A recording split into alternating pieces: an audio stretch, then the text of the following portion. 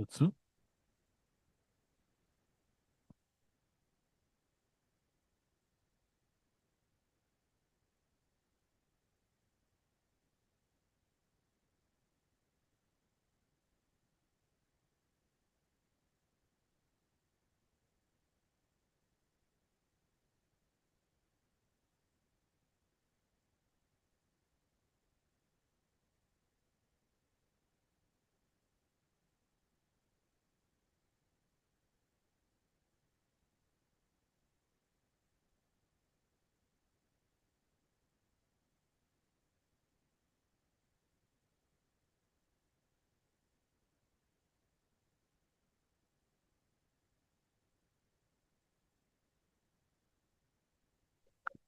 T, 1, T.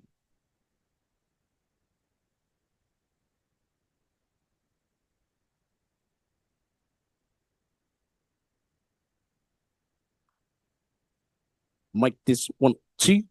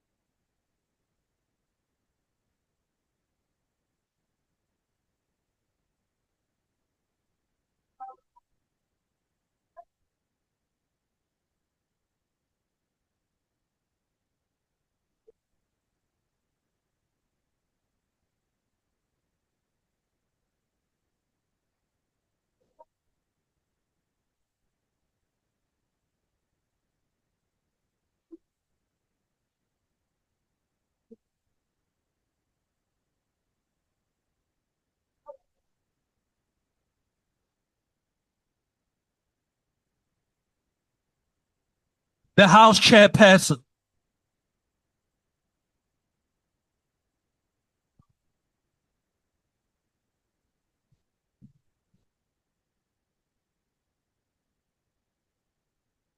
There will now be an opportunity for silent prayer or meditation.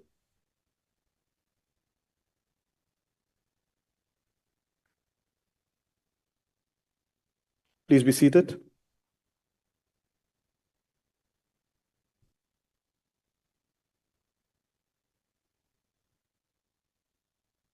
Please be seated.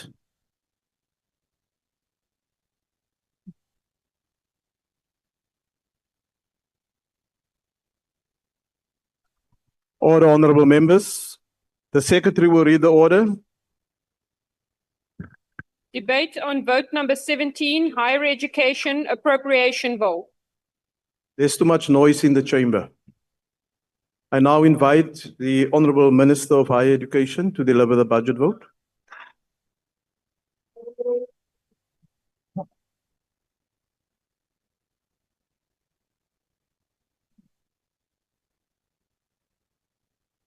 The House Chairperson and honorable members of the National Assembly, the Chairperson of the Portfolio Committee on Higher Education and Training, Honorable Teboga Letsie, I dedicate this 2025-2026 budget to the memory of our fallen heroes and heroines in the post-school education and training who have recently passed.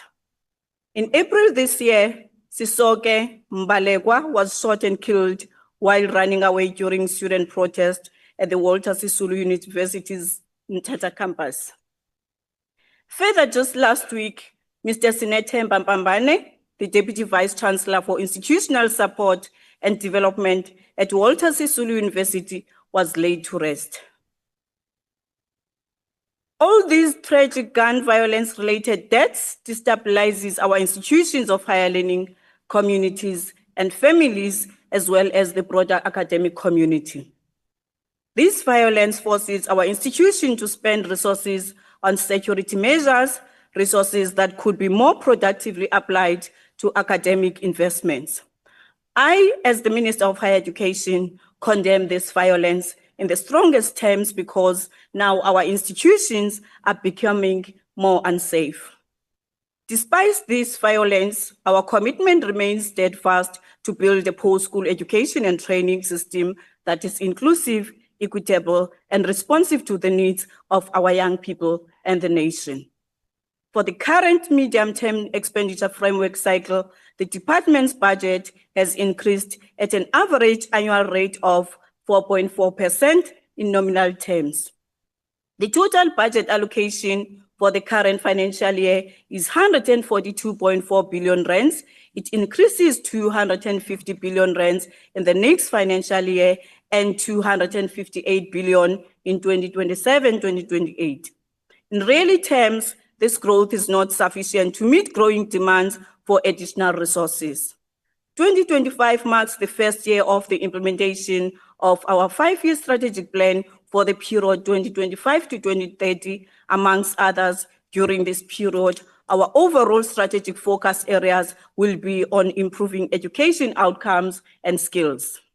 We intend to complete phase 1 of the University of Northwest Mining Campus by 2030, working to refurbish the erstwhile Kiani College of Education in Limpopo into a state-of-art campus of the Tshwane University of Technology with first-year student registration in 2026 academic year, which is currently underway. Honorable House Chairperson, in terms of the sector allocation, the following comments on selected budget items bear relevance. The budget of TVET for the current academic year is 14 billion rands, an increase from 13.1 billion in 2024. This budget is projected to increase to 14.7 billion next year. We remain committed to repositioning and rebranding our TVET colleges as institutions of choice for various careers of our young people. For too long, vocational skills were seen as second class, but today we are saying to the people of South Africa loud and clear, becoming an artisan is not a backup plan. Artisan training and development is the backbone of a thriving economy of the 21st century. We are saying it is cool to be an artisan of the 21st century. It is cool. Our National Skills Development Lever consists of SETAs, and the National Skills Fund has a combined budget of 26 billion rand for the current financial year, and this budget will increase to 27.8 billion in the next financial year. Student funding through the National Student Financial Aid Scheme has grown since 1991 from disbursing 21.4 million to 54 billion rands. And between 2019 and 2024, NSFAS disbursed 244 billion rands, benefiting 4,695 students in both universities and TVET colleges. The NSFAS budget for the current academic year is 48.7 billion, and it will increase to 51 billion next year and 53.4 billion in the year 2027. While this is not sufficient to meet the growing demand for access to higher education, we continue to seek efficient ways of allocating limited resources to ensure that no deserving learner in South Africa is left behind. Many bright and talented students are left behind as they do not qualify for government funding, and NSFAS will remain committed to implementing of a comprehensive student funding model for higher education to address the needs of the missing middle. Towards assisting the missing middle, the National Skills Fund has set aside 3 billion over a 3-year period, and the first allocation of 1 billion rand was transferred to NSFAS in the year 2024, and progress on implementation of this 1 billion is underway. This is a clear indication that the government has been prioritizing education and its quest to broaden access to those sections of our communities who had no access to post-school education and training in the past. Students living with disabilities receive specific support in the form of assistive learning devices, and NSFAS support enables public institutions of higher learning to receive sufficient funding to ensure quality tertiary education outcomes. NSFAS support to the property sector has enabled transformation across the student accommodation portfolio and has enabled aspiring landlords to start scaling their property enterprises. Overall, the budget for university education increases from 91.7 billion in 2024 to 96 billion in the year 2025 and to 104 billion in the year 2026. In the current academic year, we acknowledge that there is a 1.4 billion deficit of the university budget due to US freeze. We continue to work with the National Treasury to find a sustainable adjustment to university budgets. In February this year, I announced the appointment of the new board of NSFAS. The board is comprised of highly qualified individuals with the expertise necessary to promote efficiency, accountability, as well as transparency in the organization. In the 2025 academic year, NSFAS is supportive approximately of 811 students across various universities and TVET colleges. Of these, universities are sitting at 580,000, while TVET colleges are sitting at 231,000. NSFAS has initiated direct consultation with various institutions to assess their capacity to accommodate NSFAS operations within their premises in its effort to decentralize its operations because we want to make sure that we are accessible. Following concerns regarding accommodation payments processes, NSFAS has conducted a comprehensive legal review of the contracts of students accommodation intermediaries who are charging 5% fees. And we believe that these fees can be redirected to our young people who do not have access to post-school education and training. We are waiting for a final report for us to decide in this regard. This is our commitment to clean governance, to accountability and transparency to root out any potential corruption and maladministration in our post-school education and training. House Chairperson, we are committed to repositioning and transforming the National Skills Fund to target youth unemployment in line with the medium-term development plan. The fund will continue its support to the Human Resource Development Council of South Africa and the National Skills Authority in steering national skills and human resource development strategies. In the State of the Nation address in February this year, His Excellency President Cyril Ramaphosa announced a set of comprehensive measures to further support persons with disabilities as part of transformative initiatives to empower over 10,000 persons with disabilities through tailored training programs, stipends, and specialized tools with an investment value of R1 billion. Furthermore, the Presidential Youth Employment Intervention, a key initiative aimed at reducing barriers and expanding employment and training opportunities for young people, will receive priority because we want to make sure that young people have access to education, to skills revolution, as well as they must participate actively in economy. The National Skills Fund will continue to fund artisan development and contribute to National Development Plan target of 30,000 by 2030. House Chairperson, funding for just energy transition requirements will be provided through bursaries, scholarships, occupational programs, and work-integrated learning programs. I am proud to say that as the sector, We are leading in South Africa on just energy transition skills portfolio. And as part of this work, the department will officially launch both the Just Energy Transition Skills Desk and the National Just Energy Transition Skills Advisory Forum on the 29th of August 2025, and we will be working closely with the Minister of Energy and Electricity, Dr. Ramokgopa, in ensuring that we implement this program. For its implementation, we'll be working closely in partnership with various government departments, the industry, labor, education and training institutions, and communities to build a more inclusive and agile skills system.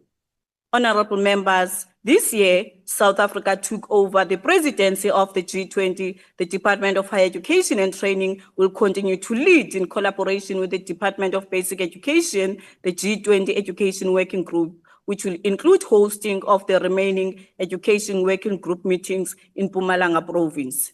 We have identified the 3 priority areas of deliberation in the G20 Education Working Group, which is quality foundation learning, the role of early childhood care and education to improve the quality of foundational learning, the mutual recognition of qualifications in the global context, and education professional development for a changing world. We will ensure that our higher education institutions play an active role in the G20 presidency through participation in seminars covering a variety of priority areas and topics. Recognition of qualifications and skills across borders is no longer optional, it is mandatory. The significance of mutual recognition of qualifications and skills is critical to foster academic mobility for students, for our researchers and lecturers, for our labor mobility, for skilled workers, for policy coherence across countries and regions.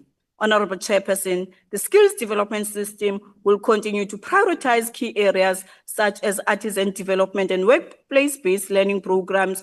And over the past 5 years, South Africa has produced more than 95,000 qualified artisans, largely through the sector education and training authorities. But the sad part is that we are not sharing our good stories. It is time now for us to share what our sitters can offer. I just want to reflect on key achievements on centers of specializations. The center of specialization were expanded from 43 to 53 by the end of 2020-24-25 financial year. The investment since the launch in 2019 has increased to 257 million to upgrade infrastructure at these centers. The number of trade centers at TVET colleges also increased from 35 to 37 trade centers. Hairdressing was included as funded program for the year 2024, and these centers have trained over 5,000 artisans, of which 1,073 have been tested already and 1,041 passed through trade tests, achieving 97% pass rate. And plan projects and strategic priorities for the period ahead. I think it's very important for me also to share that the centers of specialization will be expanded to include the following strategic priorities: music and performing arts at the Center, Johannesburg College, the mining sector in partnership with the MQA, the African Rainbow Mineral, and Waterberg TVET College. This will focus on mining skills. And water utility in partnership with Umgeni, Tukela Water and Rand Water. And this is going to assist water boards and our water services authorities with skills needed for water utility infrastructure, as well as to fight water leaks. Honorable Chairperson, it is our commitment to build an inclusive, responsive and transformative post-school education and training system. We have commenced with the prioritizing 2 CET colleges in Gauteng and the Northern Cape Province, and they are at the procurement stage and construction should commence by the end of this financial year. To support better coordination in our application processes, the draft Central Application System Bill is finally en route to the Speaker of the National Assembly following Cabinet approval. With the review of the statutory amendments in the PSET, we hope to improve the efficiency and performance of the post-school education and training system in South Africa. Chairperson, I want to take this opportunity to congratulate TVET College Football Club for its promotion to the Betway PSL. Honorable Last- Minister, your time is now expired. Proud of you as the post-school education and training. Thank you so much. Thank you. The next speaker is the Honorable Letsie.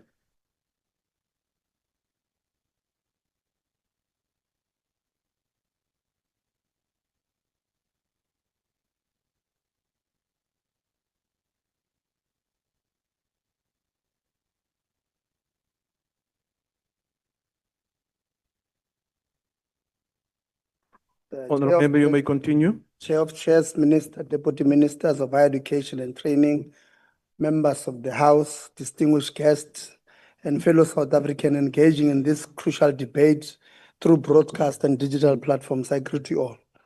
It is a profound honor to rise in this House on behalf of the African National Congress, the historic leader of a democratic breakthrough, and the movement entrusted with the responsibility to advance social transformation through state power. Today, we speak in firm support of the budget vote for the Department of Higher Education and Training as a transformative instrument, a tool of justice, and a pillar of nation building. The budget is a political commitment rooted in the clarion call for the Freedom Charter and shaped by the developmental vision of the National Development Plan. As we mark the 70th anniversary of the Freedom Charter, we recommit to its demand that open code, the doors of learning and culture shall be open to all closed code. The NC support for this budget is grounded in that enduring struggle to expand access, deepen inclusion, and build a peace sector that reflects the aspiration of a democratic developmental state.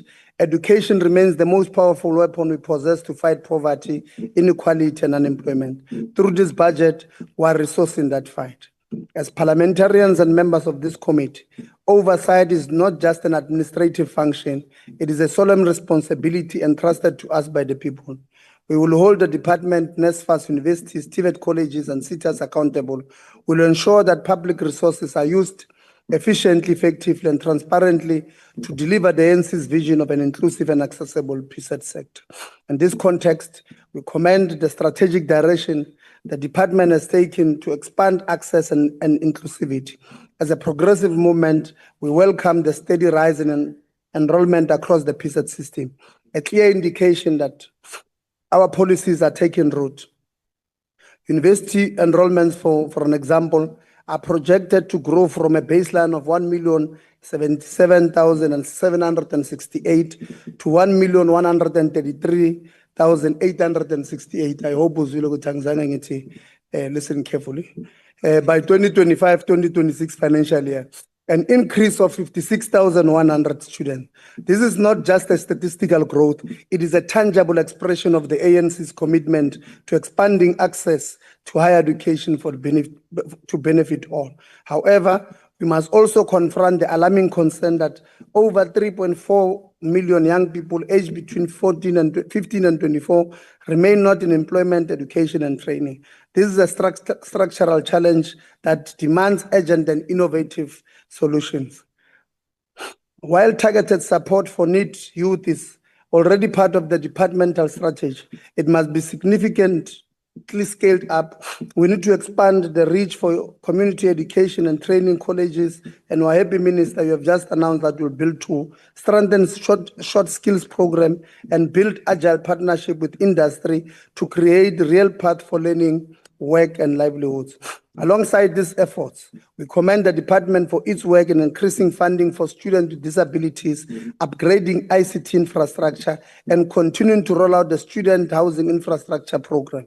This intervention reflects a holistic approach to access, one that the ANC will continue to champion as we deepen transformation across the PSET sector. However, progress must not blind us to shortcomings.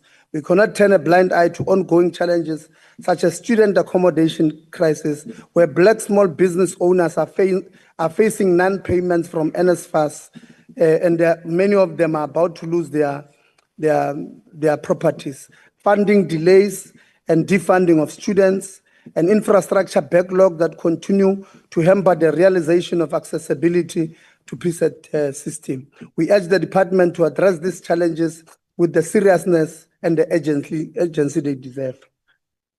Alongside these efforts, we commend the department for its focused investment in community education and training. The CET infrastructure grant will support the construction of skill centers, workshops, ICT laboratories, and teaching facilities across all provinces. The investment ensures that CET colleges are equipped to meet local demand while also benefiting much needed ICT upgrades that support them.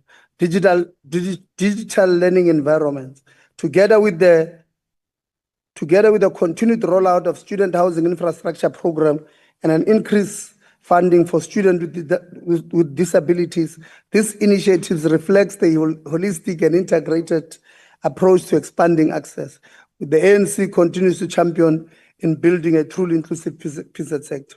The numbers reaffirm this progress, with over 274,000 TVET college students funded through NSFAS bursaries in the baseline year, with a projected 269,314 students supported in the 25-26 financial year, and a target of over 300,000 in the outer years.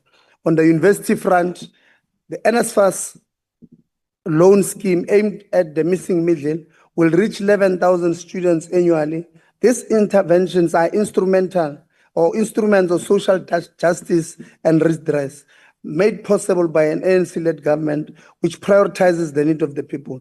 The current budget allocation must be scrutinized for how it supports transformation and equity, especially for historically disadvantaged students and institutions.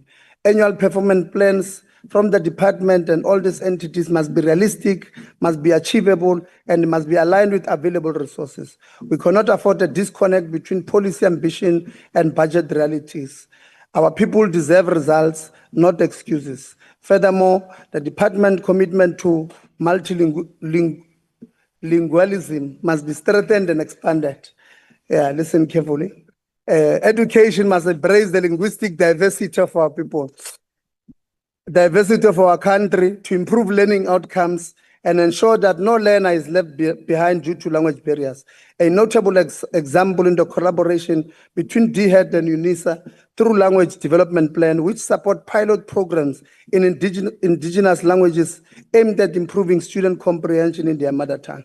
This initiative showcased through recent listen carefully again, multilingualism, roadshows in provinces such as Mpumalanga, the Western Cape and Northwest, reflect a practical step towards equalizing all official languages in teaching, learning, research, and support. The task before us is clear: to advance social transformation through a PZ sector is truly inclusive and accessible to all.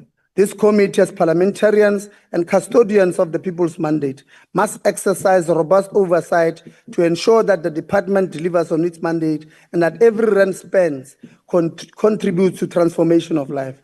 The ANC leads this fight with courage, discipline, and vision. We owe it to the generation much before us and the millions of South Africans who look to us with hope. Together, we will open doors wider and keep them open, not just in policy, but in practice. To the people of South Africa, as we present this budget today for consideration, I ask you to listen and listen very carefully.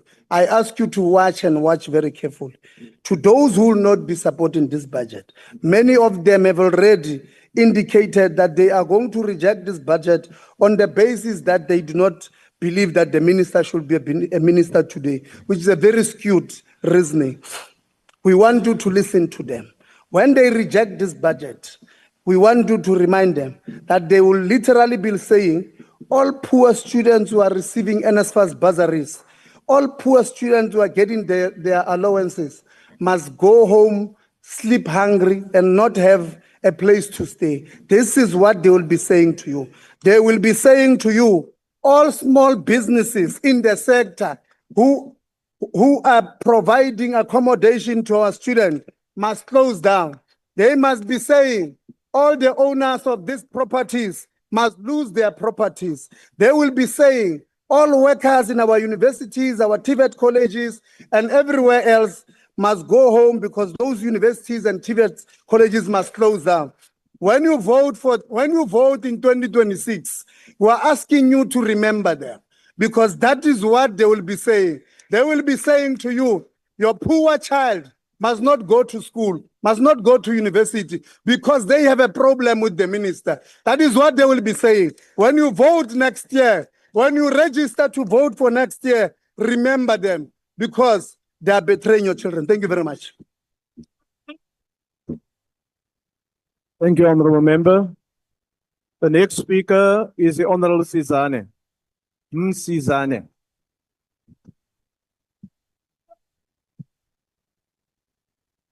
Order, Honorable Members.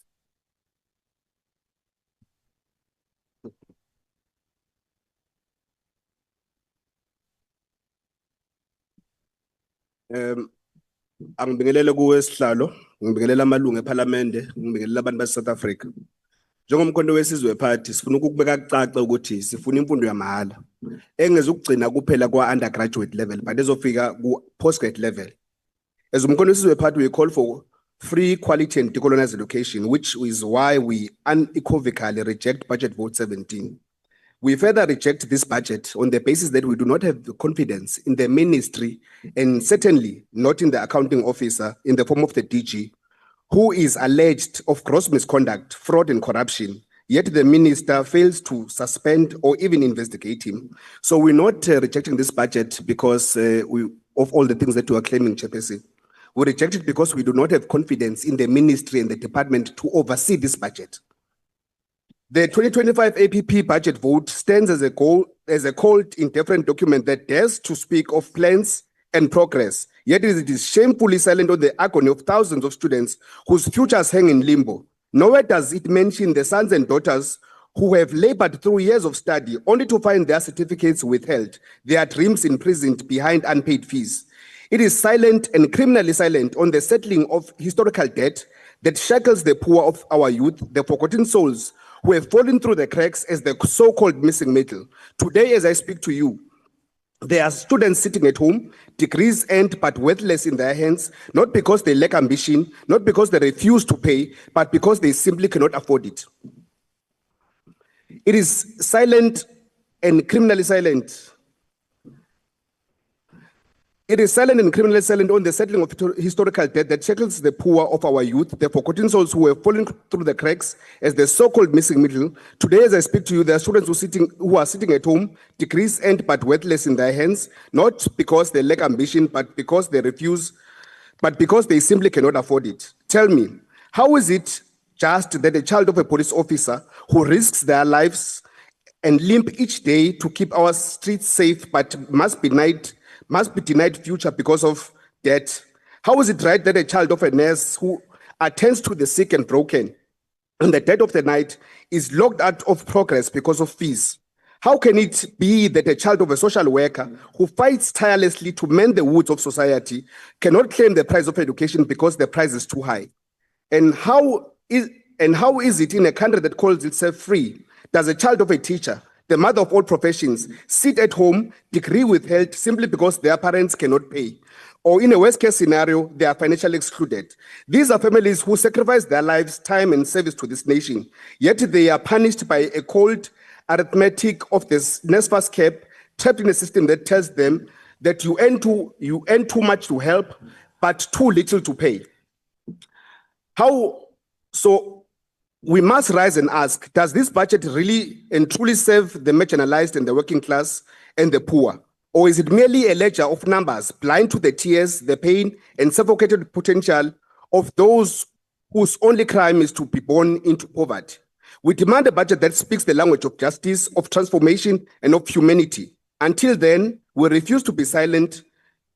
We refuse to be silent while the youth of this country are sacrificed to corruption, mismanagement, and elitist policies.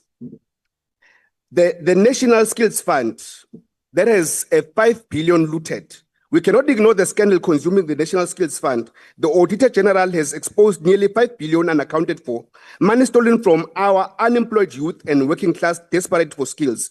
This is not just mismanagement, it is an economic violence. Yet this budget proposes more pouring billions into the NSF, despite the crisis of mismanagement and underspending of 3.7 billion last year alone. How can we trust an institution that cannot spend its funds effectively or even account for billions that have been lost? Let's address the issue of NSFAS, a program that is supposed to be a powerful lifeline for the disadvantaged, whilst we are still in pursuit of free quality decolonized education. However, instead, it was developed into a catastrophe of mismanagement. Over 128 million has been squandered due to fraud and ghost students. An additional 166.9 million has gone down the drain on extravagant offices leases and 18.6 million wasted on parking bays while our students are left to suffer. In 2024, the direct payment system failed drastically, forcing thousands of our students into homelessness, hunger, preventing them from purchasing textbooks or even basic sanitary products. The MK party demands that the NSF, the NSFAS be dismantled and rebuilt from ground up. Enough is enough. The betrayal of the poor must end. Thank you very much. Thank you, Honorable Member. The next speaker is the Honorable Maseko.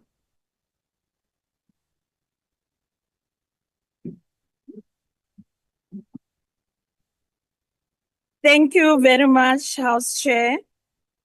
House Chairperson, honorable members, a budget is not merely about numbers on a page. It is a declaration of intent. It is a moral document. It speaks to what a government values and what it doesn't. The Department of Higher Education and Training claims to prioritize quality education, equity, and excellence. Yet under the current minister, these values are just empty slogans, not guiding principles. We are not here today to debate technical estimates. We are here because the very integrity of our higher education system is being systematically eroded by incompetence, deception, and the unchecked abuse of power. The minister has repeatedly given conflicting representations to this House. She told Parliament that an independent panel oversaw the appointment of key SETA board members. Yet the very individuals named as chairs of that process, including Advocate Terry Mutau, has publicly disassociated themselves from any involvement. That is not miscommunication. House Chairperson, that is deliberate manufacturing of the facts. It is a deception with consequences. Today, public confidence in the SETAs, those very institutions meant to train, upskill, and empower our youth, lies in tatters. Politically connected individuals and ANC insiders have been gifted board seats not based on merit but on patronage. A jobs factory for comrades while millions of young sit unemployed, untrained, and forgotten. The road does not stop at the sitters. Despite the minister's empty assurances, NSFAS remains a disaster. Students have gone months without allowances. Appeals are backlogged. Bursary guidelines are issued late. And now we learn that about 27,000 students may be defunded even after they have been admitted, housed, and taught. What kind of minister punishes students for her own failures? What kind of minister speaks of hope while gutting the very mechanisms that offer it? This budget cuts infrastructure grants to TVET and university sectors while ballooning administrative costs.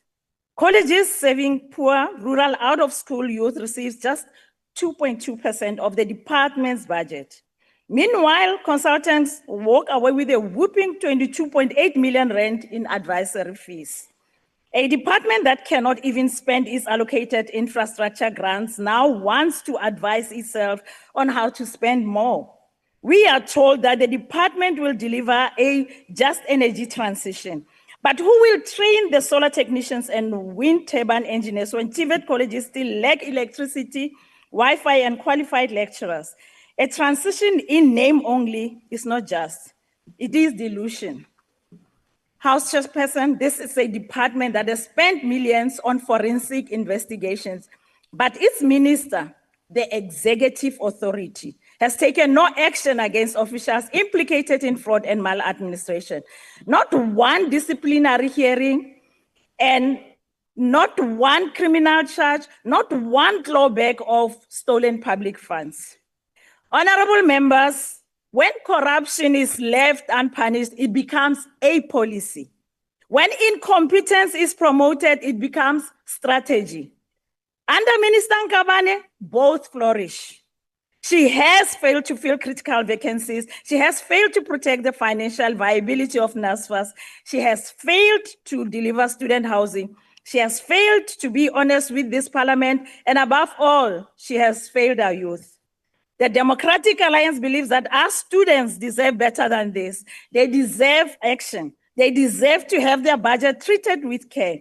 They deserve to have the billions earmarked for their future to benefit them, not the connected few. They deserve a minister with competence and integrity. They deserve a minister that treats their future as a mission, not a meal ticket. President Ramaphosa must remove Minister Nkabane without delay. The future of our youth depends on strong, ethical, caring leadership. And until there is accountability at the very top, every rent in this budget will be another drop in the leaking bucket. Honorable members, this budget, if implemented by an Honorable ethical, member, your time transparent, is now and expired. trustworthy Thank you. minister, but to raise the future of our youth in the hands of this compromise, Honorable member, your time has will be expired. to pay. I thank you. The next speaker is the Honorable Lonzi. All honorable members. Chair of Chairs, perhaps we must quickly start by exposing the white lies of the Democratic Alliance, that it can support certain departments but not support other departments. There are 4 key budget votes in Parliament. The first is the fiscal framework and revenue proposals. It gives the budget bills the blueprint and sets the economic policy direction. The DA voted in support of this and it passed. The second one is the division of revenue bill. Now, this one deals with the allocation of national, provincial, and local government. The DA voted in support of this bill and it passed. We're now dealing with the appropriation bill, which allocates funds to individual government departments and programs. The DA cannot cherry pick. Voting for the appropriation bill means approving the entire budget, inclusive of all the departments. So let us be very clear, South Africans, the DA will vote for the appropriation budget, which funds each and every department, including the Department of Higher Education, including the Department of Human Settlements. The DA's narrative is a deliberate distortion at best, or sheer ignorance at worst. The economic freedom fighters has been at the forefront of confronting the crisis in higher education, even when those who are making the most noise now stood on the sidelines. We're perplexed that the Democratic Alliance only discovered corruption when their deputy minister was fired. Before the firing of the deputy minister, they were singing praises about the GNU. Today, they want to behave like an opposition. Fortunately, the people of South Africa are not stupid and can see straight through your lies. So we're not going to waste time with this fake fight between the DA and the ANC. Minister, we're going to present to you 7 urgent and practical steps to rescue higher education from the collapse. Number 1, you must fix NSFAS or eradicate it entirely. There is absolutely no reason why NSFAS still struggles to pay students. We've got about 19 million people in South Africa on SASA and an additional 9 million receiving 350 each and every single month. NSFAS only deals with an odd 1 million students. Why can you not develop an efficient payment system that will pay students, institutions, and accommodations directly?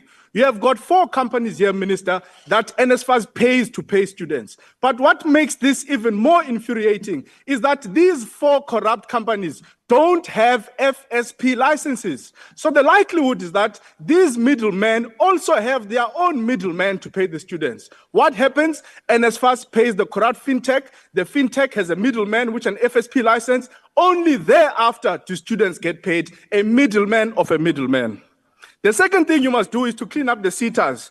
You must blacklist corrupt board members, Minister. You must blacklist corrupt CEOs. Not this thing you're doing now. Someone gets suspended in one SETA, you take them and put them in a separate SETA.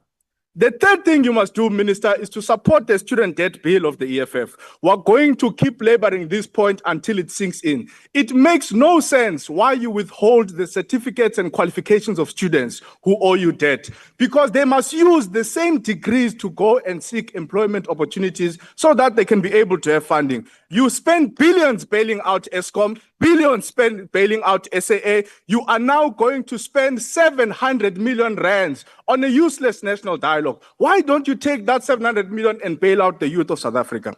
The fourth thing you must do, Minister, is to declare a student housing emergency. I hope we are writing together with the deputy ministers. Introduce a one student, one bed policy by 2027. The state of student accommodation in South Africa is not only inhumane, it's gross negligence.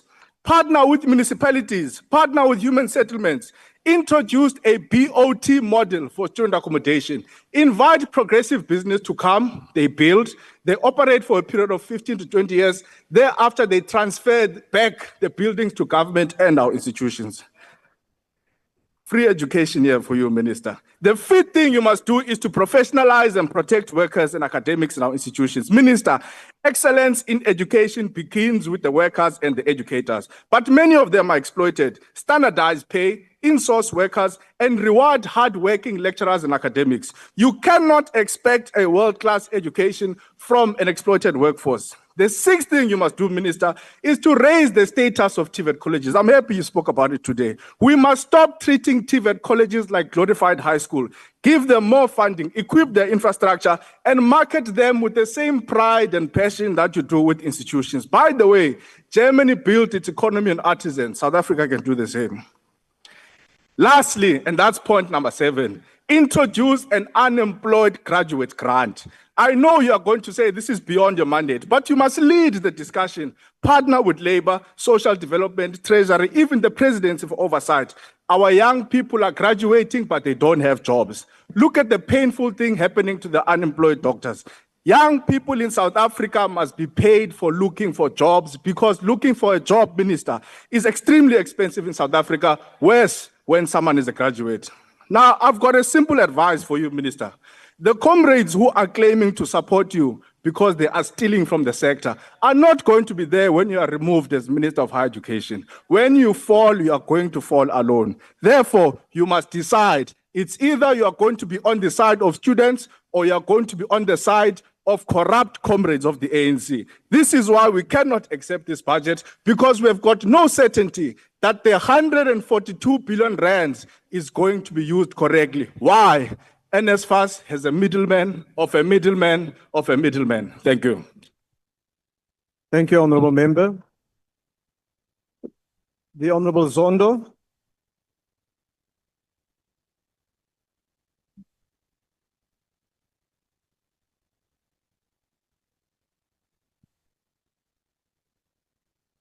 Please proceed, Honorable Member. Chair of Chairs, I'm being intimidated here to support this bill at all costs. But as IFP,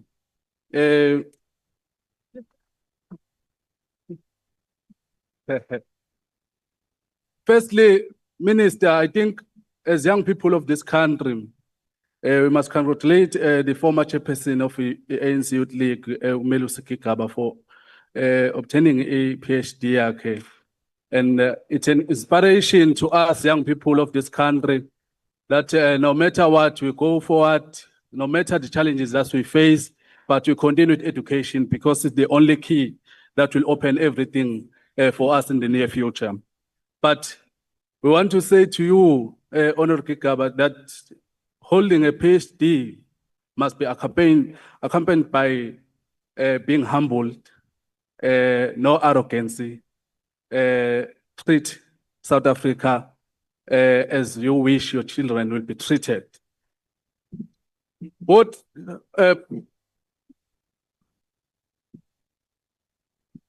I think Honourable Minister is disturbing me. No, honourable members, just calm down, please. Proceed, Honourable Member. Both Portfolio Committee and citizens of South Africa have witnessed some of the most concerning lapses in accountability from the Ministry of Higher Education. That is being shown by all the clips that are doing round of the Portfolio Committee of Higher Education, whereby the transparency and accountability has been denied. South African citizens have been denied the right to know everything that is happening within the department that they voted for. To make it worse, the legislation arm of the government remained dissatisfied with explanation and justification provided by the minister regarding the controversy surrounding the SETA board appointments. We still want answers from that because you cannot say that we trust this budget, whereas it's going to be implemented by the sitters that are not trustworthy. We need transparent and accountability for our people. 2024 and 2025, the CIE grant was allocated for Hetsibande and Amajuba TVET College. And still now, for those accommodations that were meant to be built are not up. And you ask yourself if you continue to announce that the more beds for students are being allocated in this budget, are they going to stand up or not? Because the previous grants have not delivered what was desired to be delivered. However, this should not end from the significance of this department. It plays a pivotal role, including the capacity, ethical, and development stage. A strategic drive of transformation in South Africa, department importance is highlighted by the substantial allocation it's received. While we commit the commitment to increase bed space in steps of the right direction, we urge the department to accelerate the effort of expanding accommodation capacity of the institutions of higher learning as a matter of urgency. On Chairperson, no amount of money can solve the problem if the underlying diagnosis is incorrect. Unfortunately, this appears to be the case with how this department is approaching the challenges within the TVET sector and NSFAS. Rather, addressing the root cause, such as a poor governance, systematic efficiency, and a lack of accountability, the department continues to allocate funds without a clear substantial strategy. As a result, we witness the recurring issues, including delay in payment, administrative backlogs, and the continued marginalization of students who rely on these systems for their education in the future. Without fundamental shift in how these institutions are managed and supported, the injection of funds will do really more than a mass deepening crisis. Honourable Chairperson, it's time when South Africa faces structural youth unemployment crisis. What is urgent needed is bold, ethical, and visionary leadership to drive the skill development and innovation.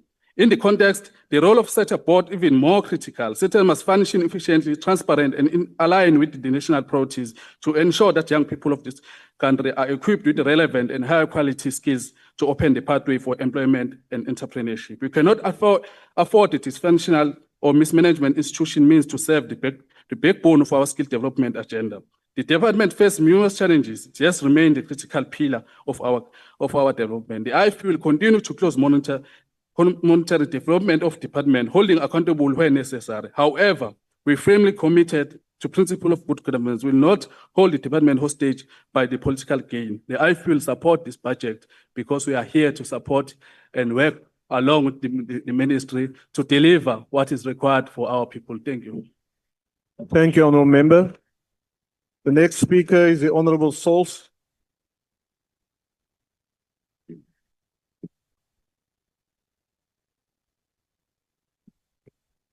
Order, Honourable Members.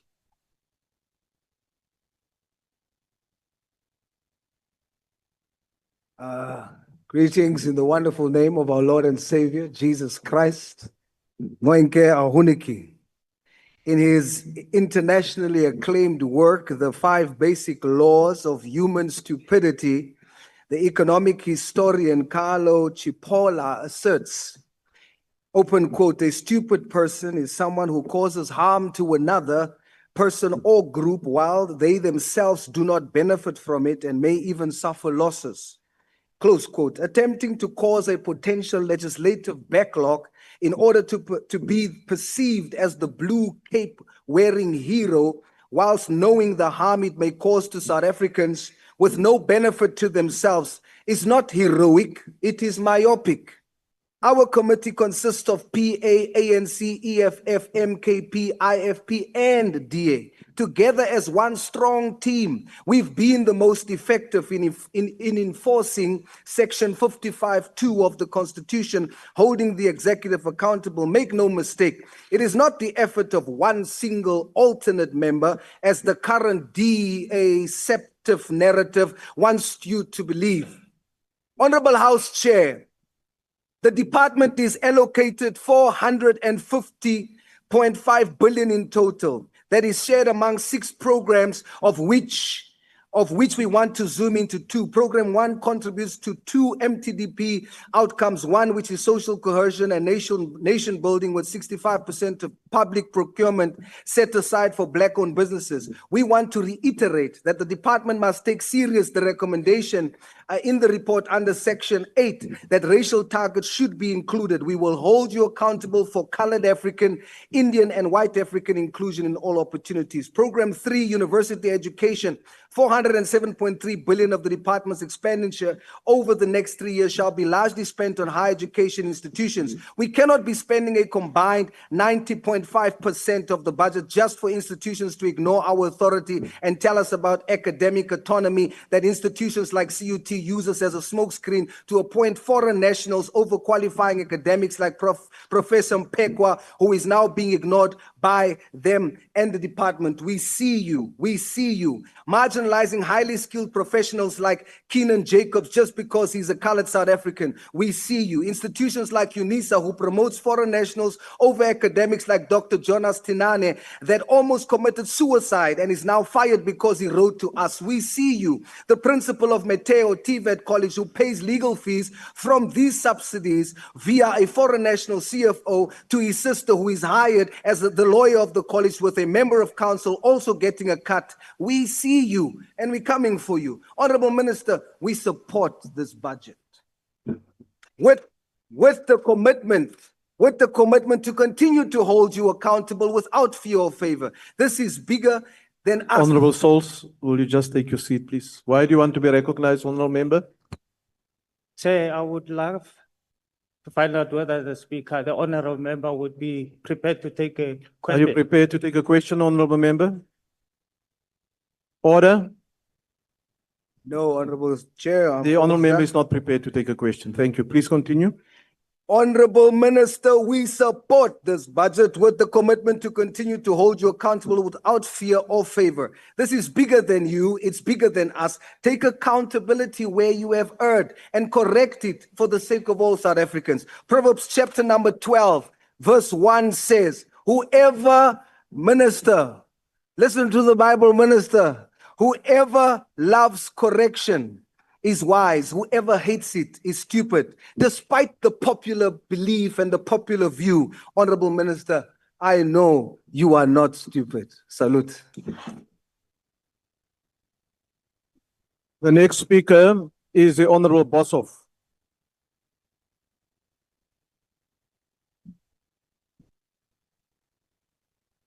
Thank you, Honorable House Chair. A revolution comes along only once in... Order, honorable members. Order, honorable souls. Will you take your seat? Thank you. Please proceed. Thank you, Honorable Chair. A revolution comes along only once in so many years. And about 30 years ago, there was one in which many systems and ways of doing were set aside to be replaced with new ones.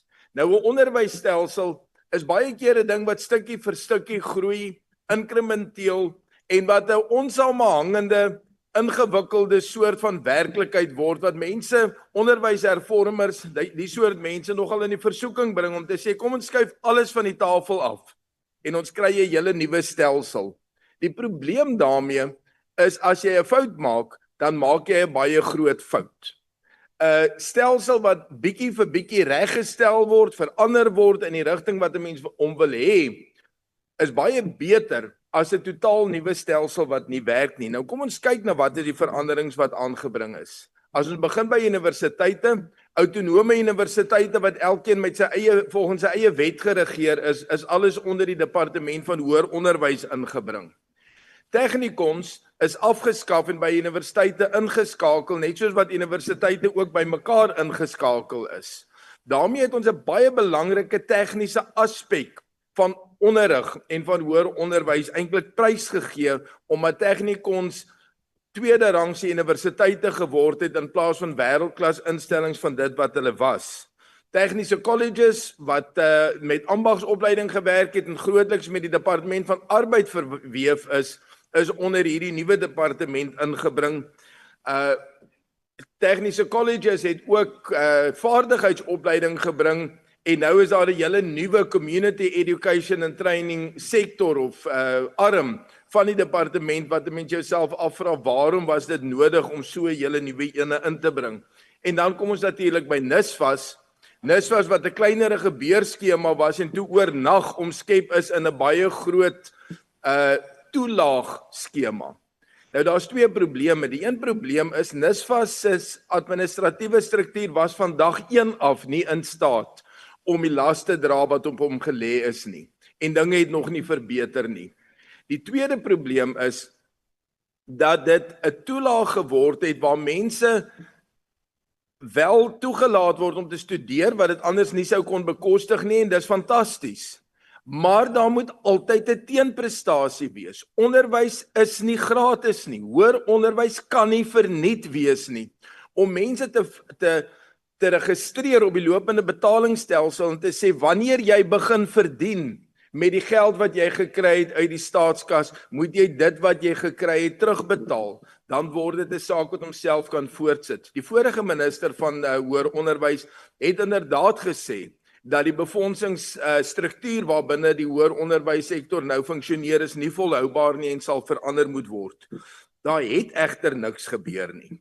Dit is nie besig om beter te word nie. Trouwens, daar was 'n beleid gewees rondom universiteite wat universiteite en universiteitscolleges as verskillende klasse van universiteite tot stand gebring het om universiteite te begelei om meer doeltreffend te wees. Dit is 'n inkrementele verbetering op dit wat ons gehad het, maar ons hoor niks meer daarvan nie. NSFAS wat veronderstel was om beter te word, het slegter geword met die aanstelling van die 4 fintech maatskappye wat eenvoudig nie in staat is om die werk te doen nie. Ons sit hierso met 'n probleem dat 'n mens vir jouself moet sê, wat is die sterkste manier waarop jy jou afkeer vir die verkeerde rigting van die lyn kan uitspreek, en dit is om te sê, ons kan nie die begroting ondersteun nie. Ek dank u. The next speaker is the Honorable Kobe.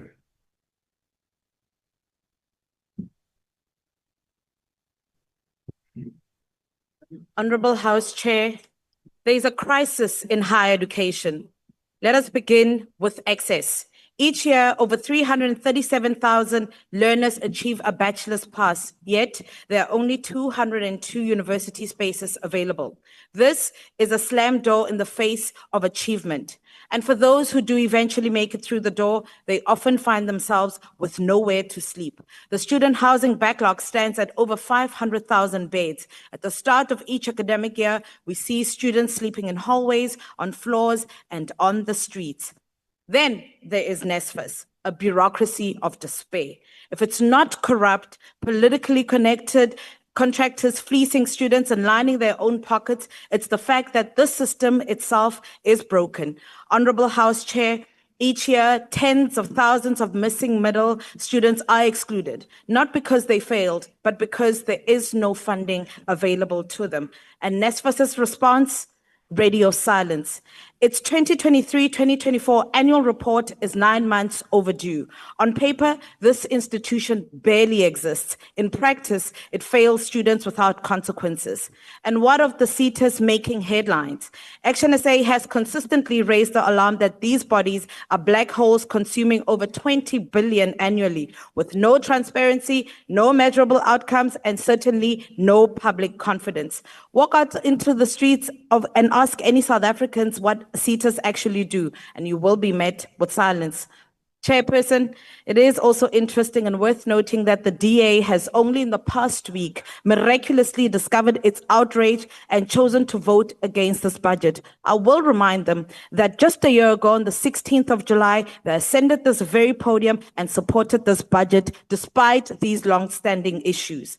As ActionSA, we do not pick and choose moments of principle. Since entering this House in 2024, we have been clear. We will not support this department's budget, not because this is a budget for higher education, but because this budget reflects continued chaos.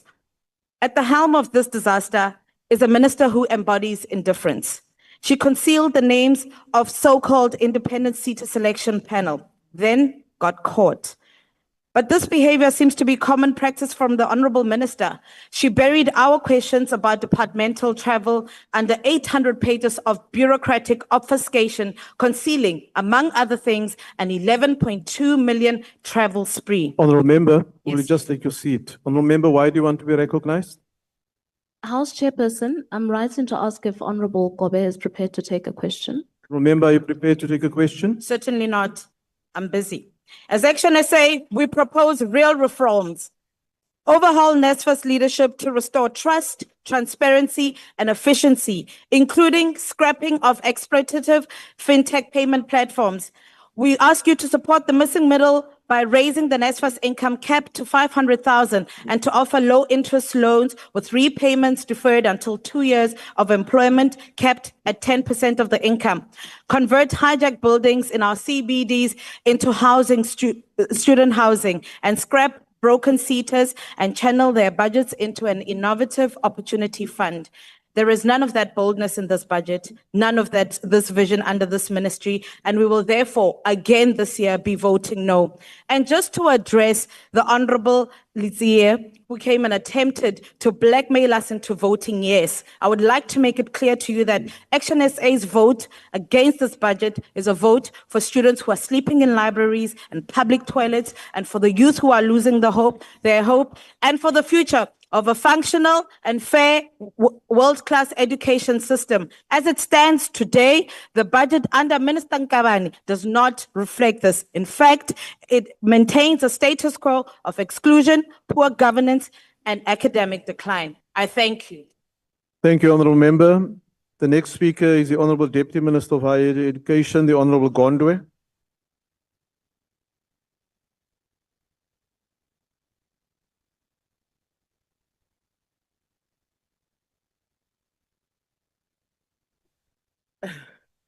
Chairperson, this budget vote is being considered in the wake of Youth Month, a poignant moment in our national calendar that does more than just commemorate the courage of past generations of young people.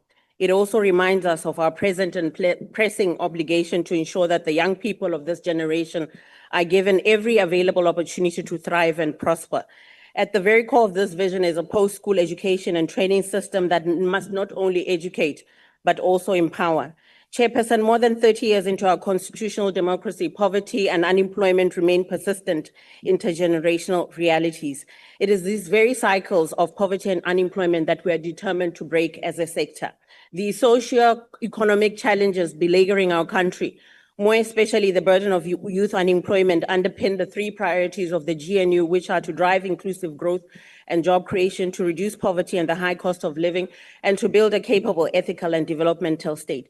Since assuming office in July 2024, we've ensured that the work that we do and our interventions respond directly to these priorities of the GNU. Chairperson, we inherited a sector seriously marred by dysfunction, from a failing NSFAS to seaters embroiled in allegations of corruption and waste. At the start of this academic year, we witnessed the manifestation of these systemic failures when students were left without funding, without accommodation, and without answers. But we've not responded from behind a desk, Chairperson. Over the past year, I have conducted executive oversight across all 9 provinces, with a particular focus on TVETs and community colleges. These visits were not ceremonial in nature or in vain. Honorable Deputy There were Minister. opportunities to listen, to observe. Honorable Deputy Minister, can you take a seat, please? Honorable Lonzi, why are you rising? No, not a long one. Thank you, Chair. We'd like to find out if the DA, Deputy Minister of Higher Education, is going to support her own budget or reject it. Honorable Lonzi, Honorable Lonzi, Honorable Lonzi, you should have asked the Deputy Minister if she's willing to take a question. And then if she says yes, you would continue with your question. Can you proceed, Honorable Deputy Minister? These visits, Chairperson, were not ceremonial in nature. They were opportunities to learn, to observe, and to act. The voices and challenges of students, lecturers, and institutional leaders have directly shaped the work and interventions I discuss here today. In a time of constrained budgets and limited resources, we've turned to the private sector for strategic partnerships. In the past year, we've partnered with Old Mutual to expand industry and career exposure for students in rural institutions.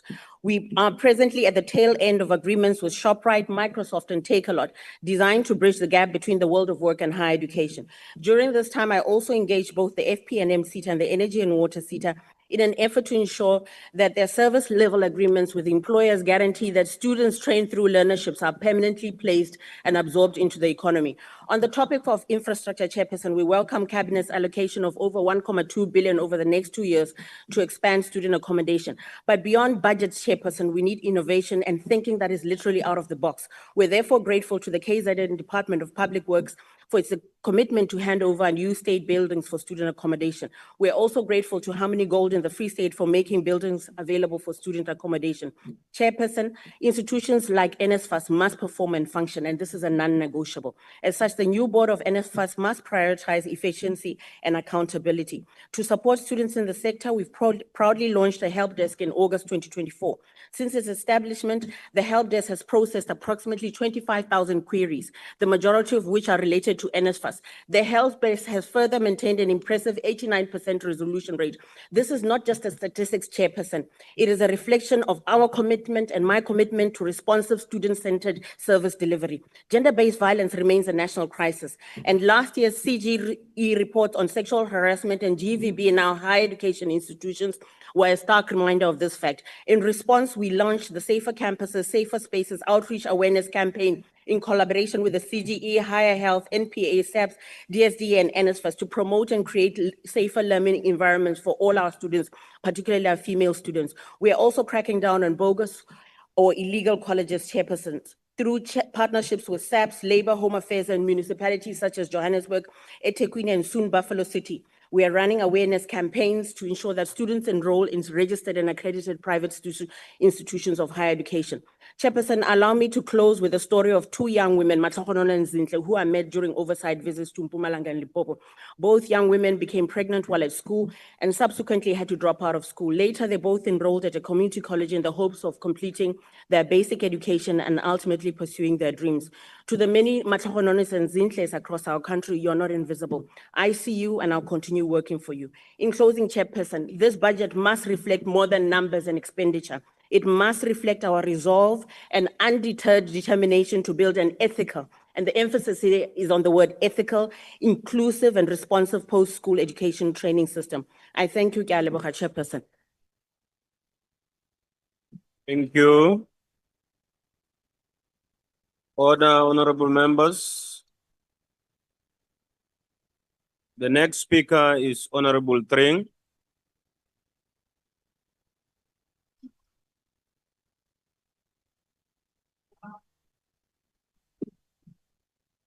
Order, honorable members.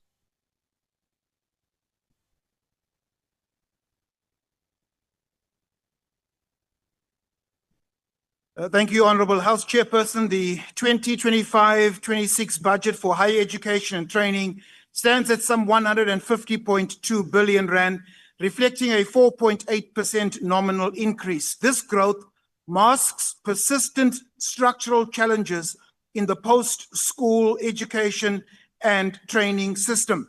The ACDP notes the department's priority to increase enrollments across universities, TVET colleges, and community education and training colleges. However, barriers such as funding delays and infrastructure backlogs persist.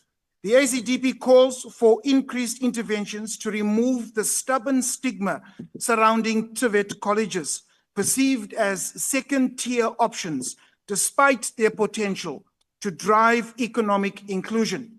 It cannot be denied that NSFAS governance lapses and delayed disbursements have eroded student and public confidence.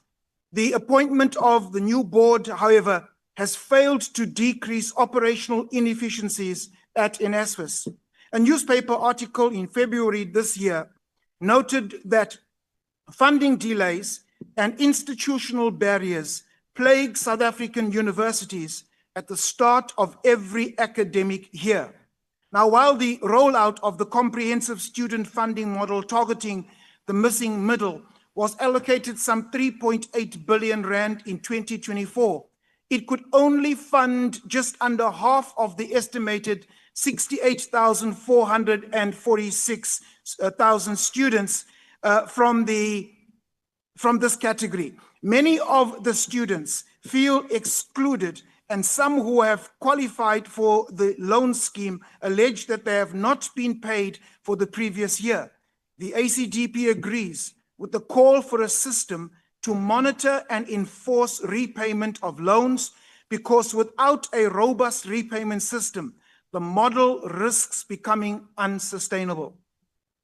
House Chair, the allegations against the Minister of misleading Parliament, of political patronage in the appointment of ANC-connected individuals to the seaters must be fully tested within the ambits of the law and parliamentary rules. The ACDP states that the heads of all departments must be held to the highest ethical and moral standard. Anything short of this is a disservice to the poor, the marginalized, and in this case, the struggling students of South Africa. While the budget reflects intent, delivery remains uneven. The ACDP, as kingdom builders, calls for governance reform, data integrity, and a cultural shift in this department that values vocational pathways as engines of growth. I thank you. Thank you, Honorable Tring. The next speaker is Honorable Ghana.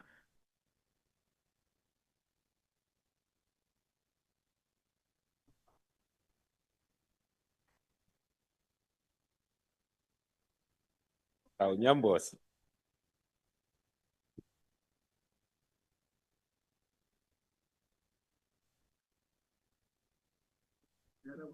Nakenza Msomashtul. Honorable members, fellow South Africans. This afternoon, I want to rise for a grade 12 learner in Limpopo, in the Eastern Cape, and in El Dorado Park. The learner who dreams of becoming a doctor, a teacher, an engineer, or a plumber, but is anxious. Anxious not because of ability, but because they don't know if they'll find space at the university or at TVET college next year. I rise for the young woman who passed matric last year with flying colors, but is now sitting at home, her dreams on hold, because she was turned away due to lack of space.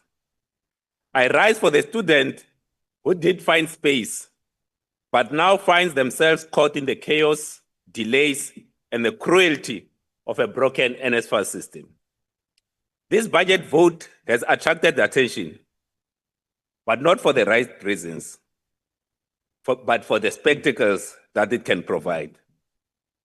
I refuse to take part in that spectacle. I choose to focus on the substance. As RIZING MANSIs, we reaffirm our commitment to building a safe, prosperous, equal, and united South Africa in one generation. But that South Africa is impossible without access to higher education. Education, and especially higher education, is not a luxury. It is a path out of poverty. It is a foundation of a prosperous nation. The department's 142 billion budget is substantial, but not enough, because our crisis isn't just funding. It's space, it's access, it's a system that is failing the poor. And nowhere is that failure more glaring than in NSFAS. And I have to say, honorable members, NSFAS changed my life. I'm a product of it. Many in this house are. But what I see today is heartbreaking. Hyenas and entrepreneurs circling what should be a lifeline for our youth. The 95 billion for NSFAS has to go to students and not middlemen. Those that have stolen from NSFAS must be prosecuted. We cannot continue to play political football with the futures of our youth. We need to clean up NSFAS, get it working. Our future depends on it. And we dare not fail. Minister, get NSFAS to work. Thank you very much. The next speaker is Honorable Maimane.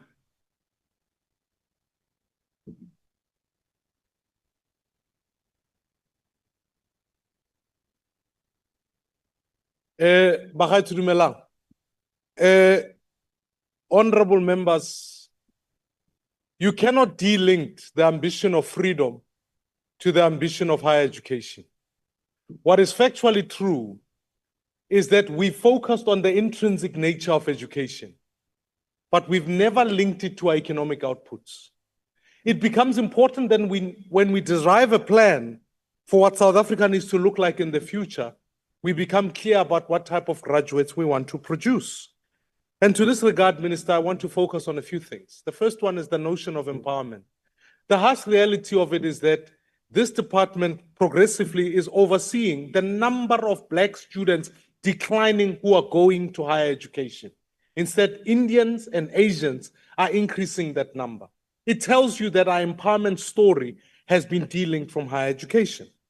The second is the issue of capacity. The university that Honorable Kigaba is graduating from, our university.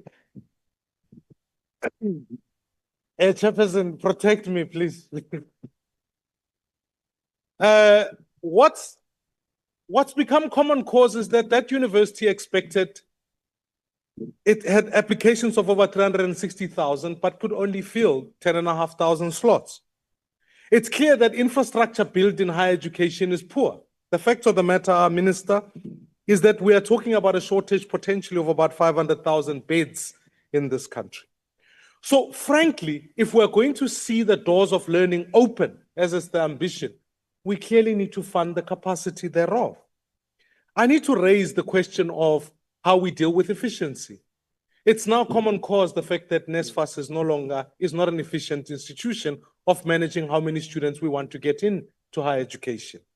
And so, Minister, either we reform NSFAS or actually shut out the middleman. Yes, historically, universities used to allocate slots. And sure, it didn't work. But the truth is, when students were able to walk into an office, speak to someone, they were able to get answers. Today, when students are trying to talk to anyone at NSFAS, they get no responses, and they constantly are coming to complain. The last issue is the issue of leadership. You and I can sit here today and debate whether this is the right minister or not the right minister. The issue of whether the minister misled Parliament or not needs to be brought before a parliamentary committee, and an investigation must be sought so we can get to the bottom of this. It's not a violation of my feelings or anyone's feelings. It's about ultimately constitutional obligation that must be felt.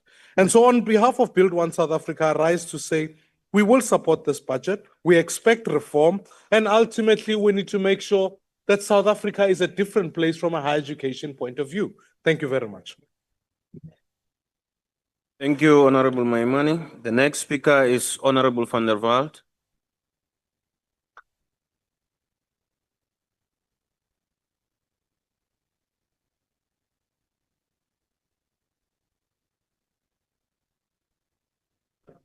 Honorable Chairperson and members, under the leadership of the Deputy Minister, Mimi Gondwe, the department co-hosted the Skills and Jobs Investment Summit in November 2024 with excellent outcomes, proof that there are indeed dedicated public servants working to strengthen the past school education system. Got you.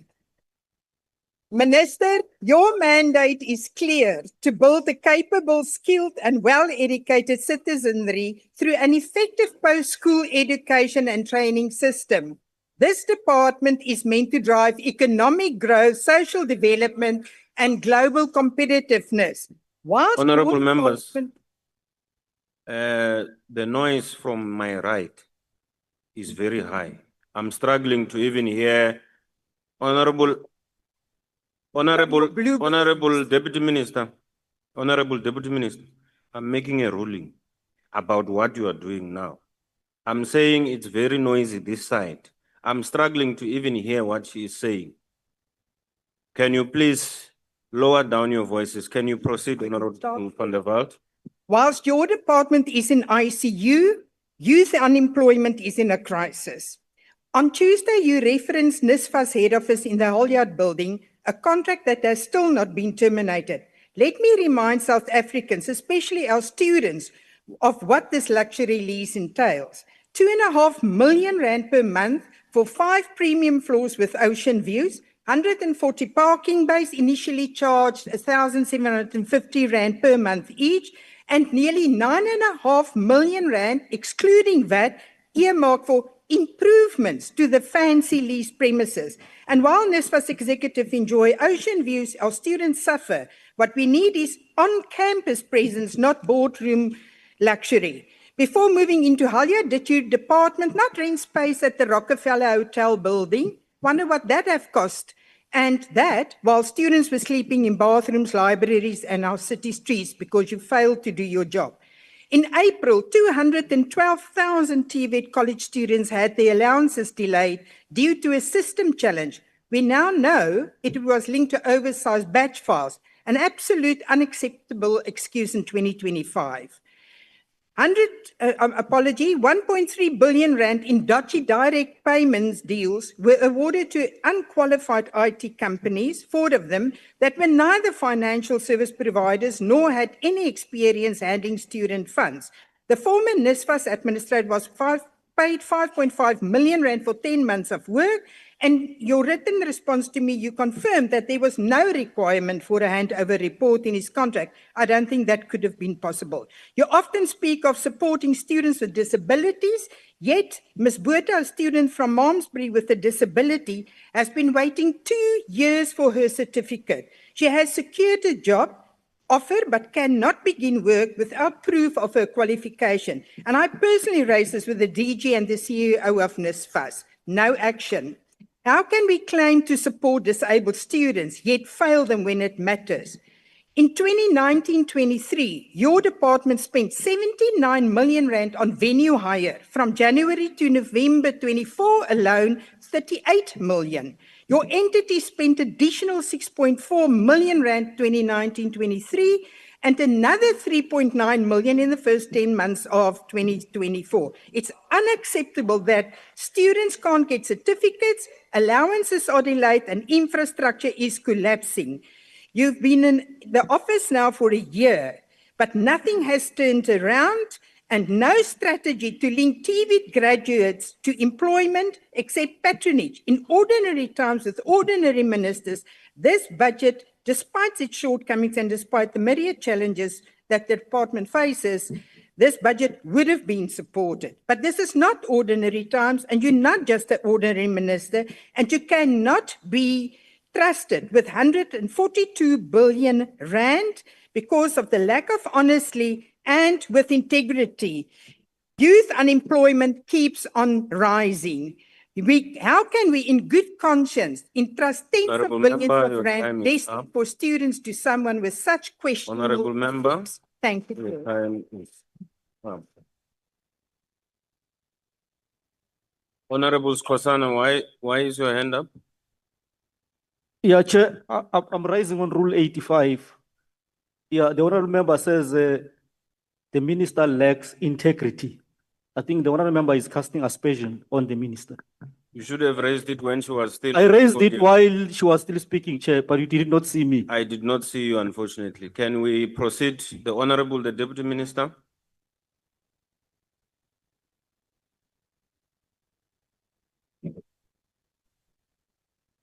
Thank you, House Chairperson. Our community education and training institutions are the soul, in our view, of inclusive education in South Africa. They are the bridge between which learning and livelihood, between survival and opportunity, especially for those left behind by the formal education and training system, and that this budget vote must take its rightful place at the center of our transformation agenda. Over the past year, we have made measurable progress in the CET sector. Completion rate at our community education and training centers improved by 15%, supported by curriculum review, better learner support, and stronger community outreach.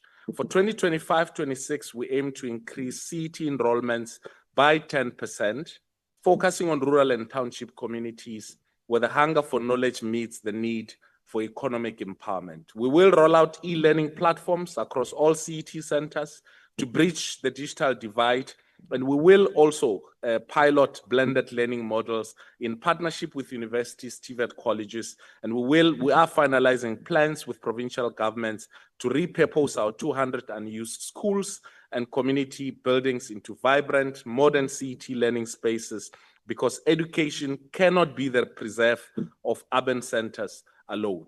But Chairperson, CET is not only about access, it is also about relevance, and that is why we are retooling our programs to align with community needs, agro-processing, early childhood development, construction skills, and also digital literacy. We're also working with the Department of Small Business Development to ensure that we expose all the products that students from CET colleges are creating to the market. A broader post-school system is also on the move. And I got a sense that some of the members may not have a sense of what interventions and how this particular system has changed over the last 31 years. As we speak, Chairperson, university graduation rates have increased by 8%. TVET job placements have grown by 22% through new industry partnership. And our CETAs are innovating boldly, training young people in artificial intelligence, green energy, and community safety. And I think it would be remiss if we conclude this budget vote debate speech without clarifying, I think, two most important issues. Firstly, for some members, particularly the honorable member from the ActionSA, Honorable Kobe, who read the morning newspapers to prepare for this budget and listen to everything else that is being said in the news about the portfolio committee and the budget on higher education, and to come and regurgitate those here as if they are facts is actually unfortunate. And some of the members who said some of the things about the National Student Financial Aid Scheme. As we speak today, 820,000 students are being paid through the National Student Financial Aid Scheme. The issue of the intermediary payments have been taken to court by those payment providers, and that whatever the outcomes of the court, the NYDA, the NSFAS will be obliged to respond to those. The reality is, yes, there may have been challenges in our National Student Financial Aid Scheme, but some of those challenges are being overcome, and that this narrative that is clinging to some of the challenges that the NSFAS had in the past and try to repeat them today as if those are a matter of fact. In fact, if some of the things that the honorable members are saying today about what's happening with the NSFAS, with the students in our colleges and in our universities, if those were true, I do not think that any of our institutions will be operating. And I think finally, there was a suggestion here that our DG and our minister and everybody else, in fact, in particular, I think that our DG is being charged with corruption, with graft, and that the minister is ignoring. Again, this is not MK Party where when you wake up accused of witchcraft tonight, the following day you get expelled. Accusations do not constitute conviction. You cannot come here and say people are being accused of this and that and everywhere else and not prove any of those. You want our DG or our minister to follow the route that Bambo followed for being the first politician expelled for witchcraft. Thank you very much.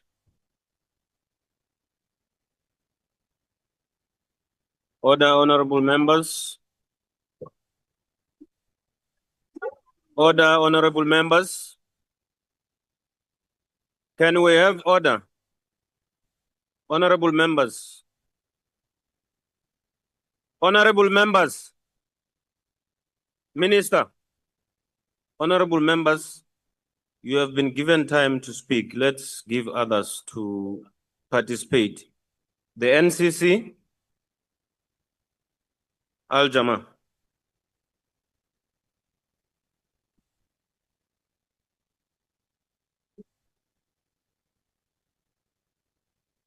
Honorable Honorable House Chair, Jama-ah acknowledges the world-class initiatives of the Department of Higher Education under the leadership of the Director General and Minister and will support this budget. One does not reject a budget because the Minister is viewed in a negative light. What about the other two Deputy Ministers?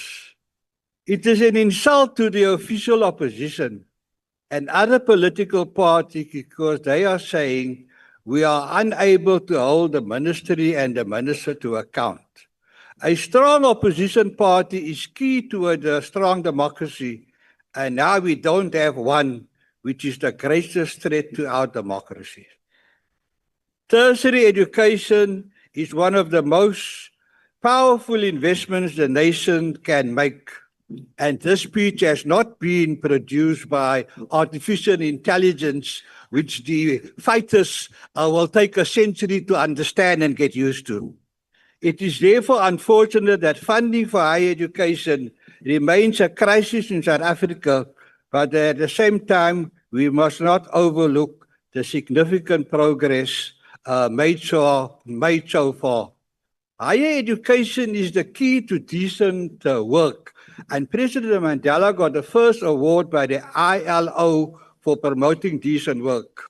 The Minister of Higher Education is the champion we need to ensure more people have decent work in South Africa. Decent work is a lifelong job with all the perks and benefits best practice employers offer their staff, like excellent pensions, medical aid, housing, bursaries, and even to visit Rome and Mecca.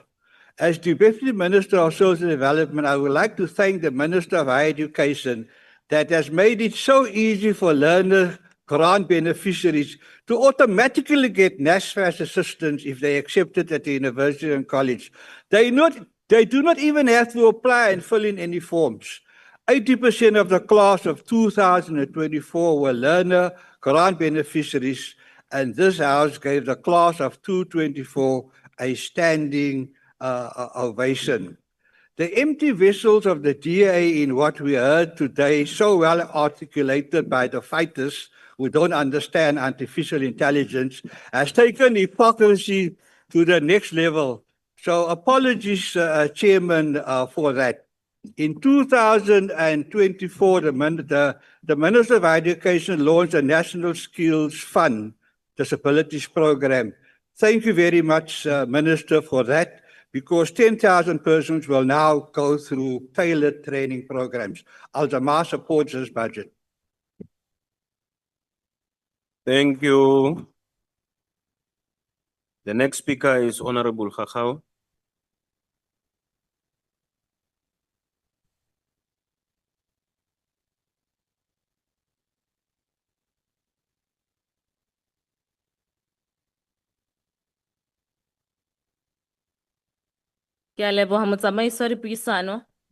House Chairperson, the ANC wants the people of this republic to believe that a fight against corruption is a fight against the future of this country.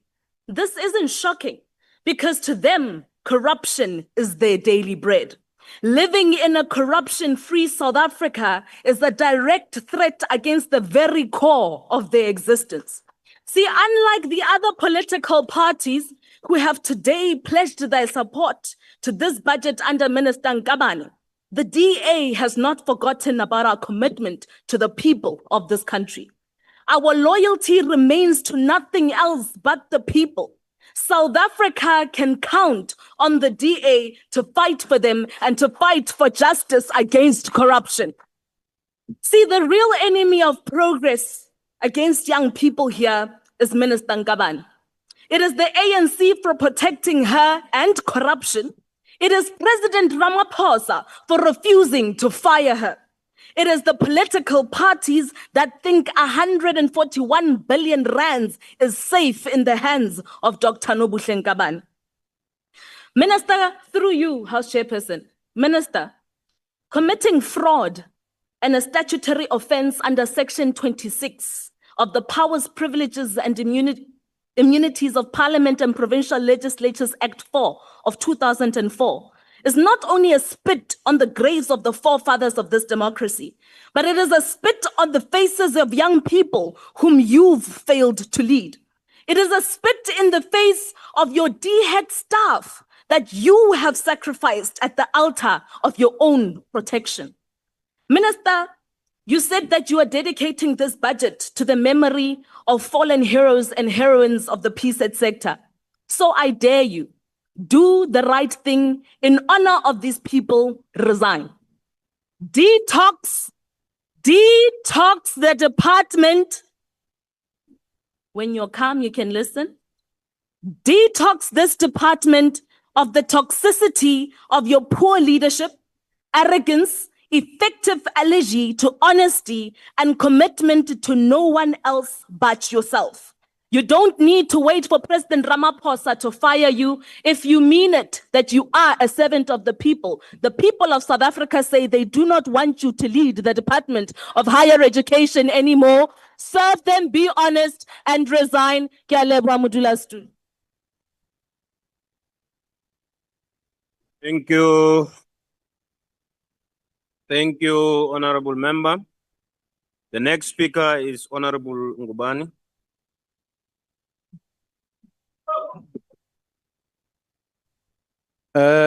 Honorable Chair, really, sometimes it saddens me. It looks like from our side, it's now a culture that you sometimes own the damages that you always do. It saddens me that, Minister, you come here and you say you dedicate this your speech to Sisonke Mbolekwa, a 24-year-old pursuing a Bachelor of Education degree who passed away. Let's explain why the student passed away.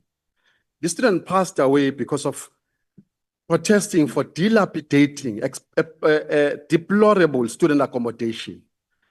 And it's your system in NSFAS, but you come here and you say you dedicate the speech to him.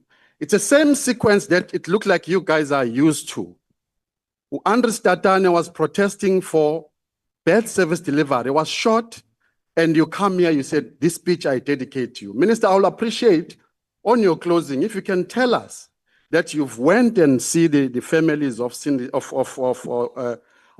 Mbolekwa, you visited the family because they are claiming they're gonna sue the higher education for payment.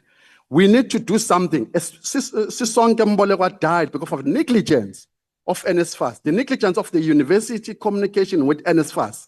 No one knows, no one is communicating to students that who's paid, who's not paid. Fix the system and don't come and dedicate the speech to the people that you caused the death to. It's the ANC, it's the government that did this killing of the student. The hands are not clean to the department. So we need to do something about it. Ngubane, can you please take a seat? Honorable Skosana. Yeah, no, thanks, Chair. I'm raising on Rule 85. Honorable Ngubane is casting aspersion on the minister. He says the minister caused the death of people. I think he should submit a substantive motion to that. Thanks, Chair. I did not hear him to be saying that, but let me check and I'll come back to you. Skotane, I'll repeat. Indirectly, the department, you must listen when I speak. The department, under the minister and its negligence, caused the death of the student. So there are a lot of things that you spoke that are on strategic planning, priority planning 1. Where you say drive inclusive growth and job creation. There's no inclusive growth in this government. There's no economy, and there's nothing. What you need to know, I will invite you, Chairperson, every December, Jacob Zuma in Nkandla celebrates students who have graduated with degree. I've met a Chairperson there.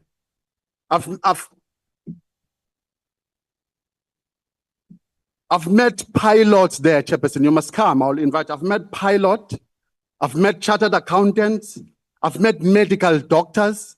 I've met engineers in electricity and IT and construction, graduated because of being funded in higher education by Jacob Zuma. A simple thing done by A president who never went to school has produced so many educated kids.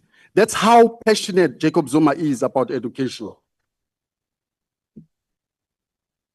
So as MK party, we cannot support a budget that is a mockery to the poor of this country. Recently, you increased the fuel levy. It's going to affect our students as well. Thank you, So we do not support this Ngubane. budget. Honorable Ngubane, stay on the podium. Honorable Ngubane, can you come back to the podium? There was a point of order that suggested that Honorable Ngubane mentioned the minister. He actually said it's the government and the ANC. So he is not out of order. You can leave the podium, Honorable Ngubane. Honorable Khabo, can you go back to your seat?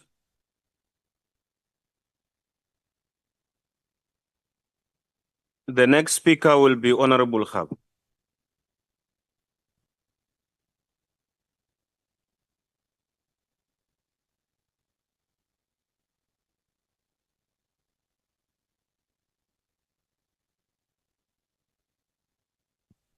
Thank you very much, House Chair.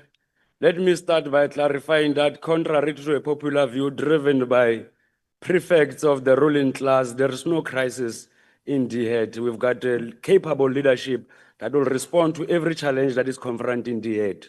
Honorable House Chair, Honorable Speaker, Minister and Deputy Ministers, members of this August House, distinguished guests and fellow South Africans engaging in this crucial debate through broadcast and digital platforms, receive my revolutionary greetings. Let me start by acknowledging Kabelo Seboko, Leboham Midupi, Tsepang Sibande. These are young innovators highlighting a shining example of homegrown innovation. These young people are designing and building a cutting-edge computers right here on the soils of South Africa, Deputy Minister. Liema, the computer that I'm using currently, is a South African product, a tangible proof that indeed the ICT can be done in terms of manufacturing in South Africa. House Chairperson, it is indeed a privilege to rise on behalf of the ANC and as a proud voice of the marginalized and vulnerable South African youth in championing the call for advancing socio-economic transformation through the liberating tool of education.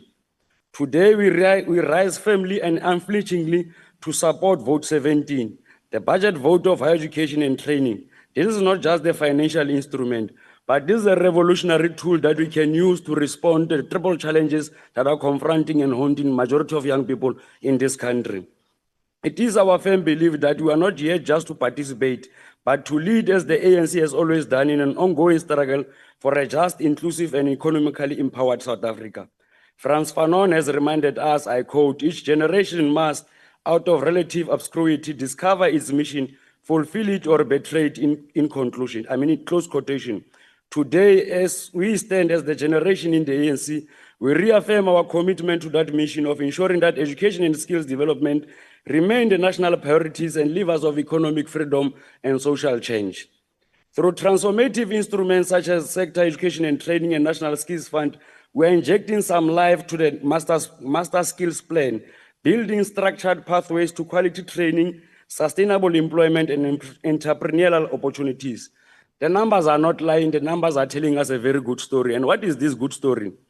In 2024-2025 financial year, over 24.4 billion was allocated through skills levies to the NSF and SETAs, rising to 26 billion in the 25-26 financial year.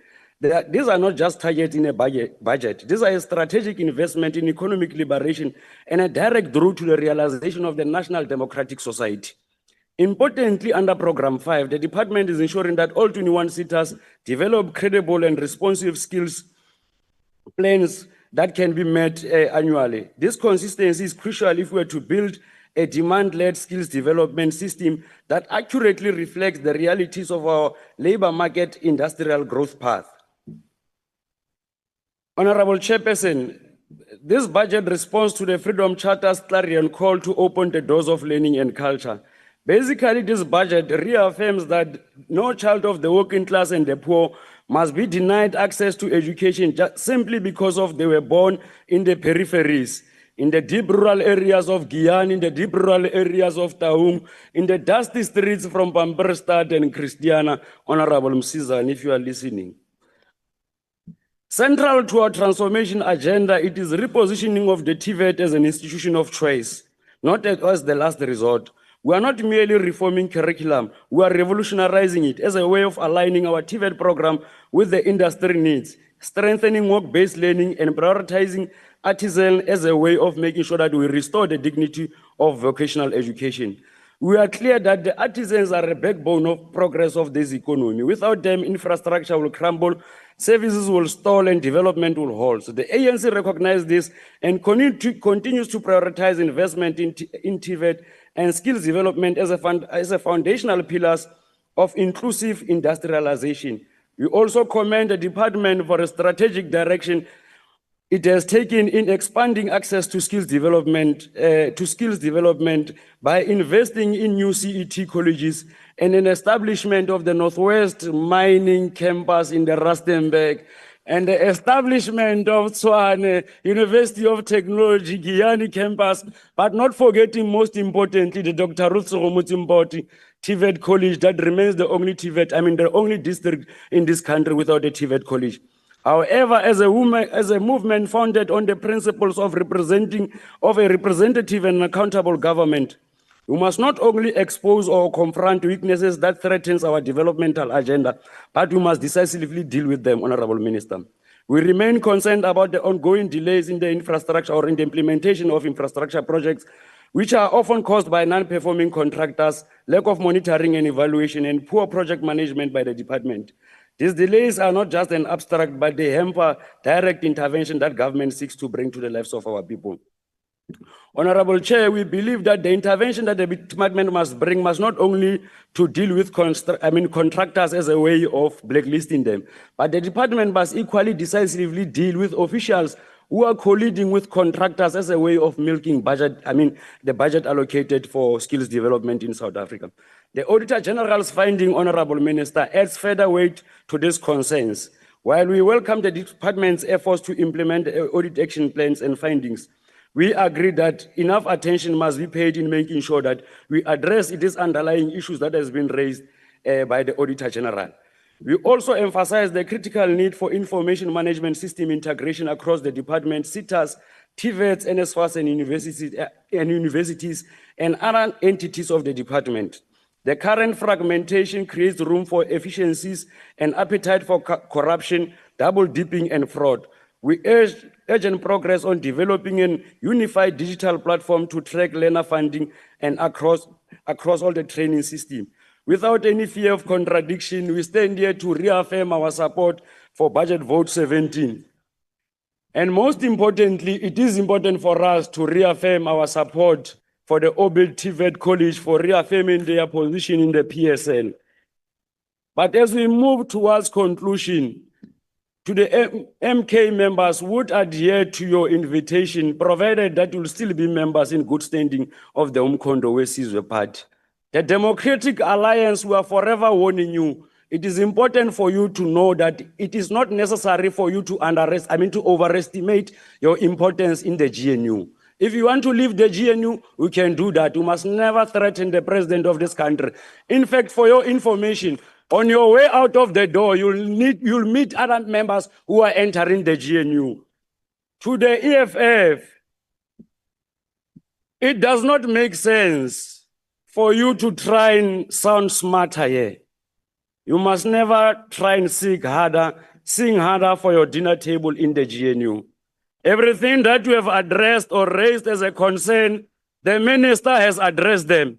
And want to tell you that the EFF, if you would want to instruct the minister what to do, you must go and contest elections and win them. You must not want to lead this country through a back door. And with that being said, we unapologetically support the leadership of Minister Nkabane and Adia. Thank you very much. Thank you.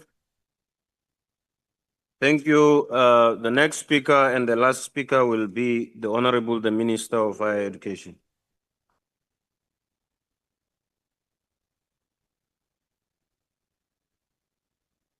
No, thank you so much,